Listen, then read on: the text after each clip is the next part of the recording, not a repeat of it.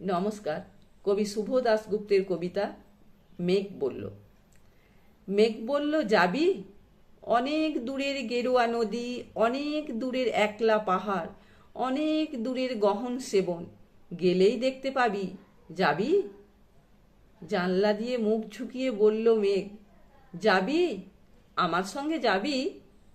দিন ফুরিয়ে রাত ঘনাবে, রাত্রি গিয়ে সকাল হবে, নীল আকাশে উড়বে পাখি, গেলেই দেখতে পাবি। যাবি? শ্রাবণ মাসের একলা দুপুর, মেঘ বলল, যাবি? আমার সঙ্গে যাবি? কেমন করে যাব রে মেঘ, কেমন করে যাব? নিয়ম বাঁধা জীবন আমার, নিয়ম ঘেরা এধার ওধার, কেমন করে নিয়ম ভেঙে এ জীবন হারাবো? কেমন করে যাব রে মেঘ, কেমন করে যাব?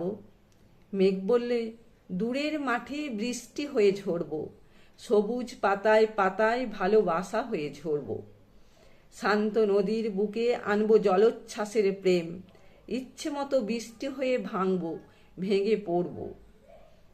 এই মেয়ে, তুই যাবি? আমার সঙ্গে যাবি?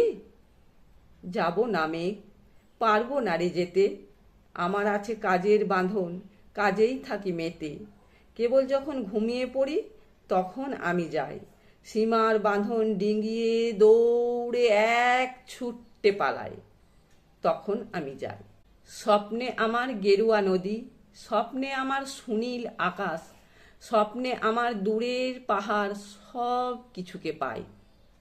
জাগরণের এই যে আমি কৃতদাসের মতন, জাগরণের এই আমি এবং আমার জীবন, কাজ অকাজের সুতোয় বোনা মুখোশ ঘেরা জীবন, তবুরে মেঘ যাব একদিন ঠিক তোরই সঙ্গে, শ্রাবণ হাওয়ার নতুন রঙ্গে, যাব রে মেঘ যাব।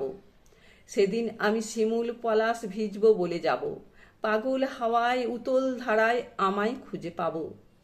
যাব রে মেঘ যাব, যাব রে মেঘ যাব, যাব রে মেঘ যাব।